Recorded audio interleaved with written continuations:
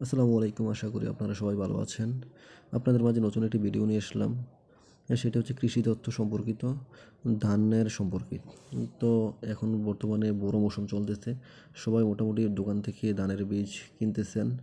নতুন নতুন বীজ দোকানে পাওয়া যাচ্ছে। তো আপনাদের মাঝে নতুন একটি বীজ সম্পর্কে কথা বলবো আজকে। সেটি হচ্ছে সিনজেন্টা S 1203। ধানের বীজটি ইন্ডিয়ান ভ্যারাইটি একটি ধান। ধানটি উচ্চ ফলনশীল, খুবই ভালো হয় নিচু জমিতে চাষাবাদ করলে। আমি আমি নিজেও এই ধানটি নিচু জমিতে চাষাবাদ করেছিলাম। তো মাশাআল্লাহ খুবই ভালো ফলন হয়েছে আমার জমিতে, সেজন্যই ভিডিওটি করা। আমরা জানি সবাই 1 বিঘা সমান সমান 33%। তো 33% জমিতে ধানটি প্রায় 28 থেকে 30 মণ হয়ে থাকে।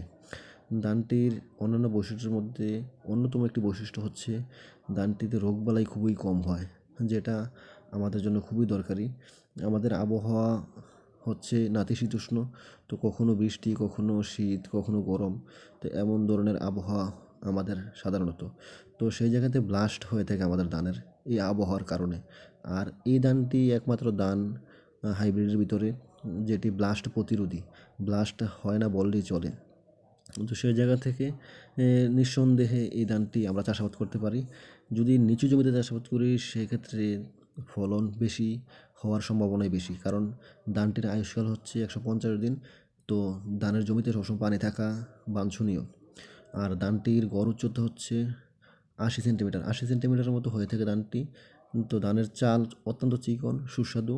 চালে রয়েছে প্রচুর পরিমাণে আয়রন, প্রোটিন ও জিঙ্ক। তো আমরা ধানটি চাষাবাদ করব। তো সারা বাংলাদেশেই ধানটি পাওয়া যায়। ধানের দাম অত্যন্ত বেশি। এই বীজ ধানের কেজি প্রায় 350 থেকে 400 টাকা। তো আমরা বিশ্বস্ত ডিলার থেকে বা দোকান থেকে ধানের বীজটি সংগ্রহ করব। তো সবাইকে ধন্যবাদ আমার এই ভিডিওটি দেখার জন্য। চ্যানেলটি সাবস্ক্রাইব করে রাখবেন।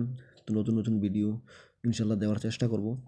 আর সিনজেন্টার ভিতরে বিভিন্ন ধান পাওয়া যায়। অন্যান্য ধানগুলো ভালো। যারা চিকন জাত বীজ খুঁজতেছেন সেক্ষেত্রে 1203 আপনাদের জন্য একটা আশীর্বাদ স্বরূপ। আর সিনজেন্টার অন্যান্য প্রোডাক্টও বাজারে আছে। তার ভিতরে বীরতাকু মাজরা পোকা দমন করার জন্য অত্যন্ত কার্যকরী একটি ওষুধ। ধন্যবাদ সবাইকে।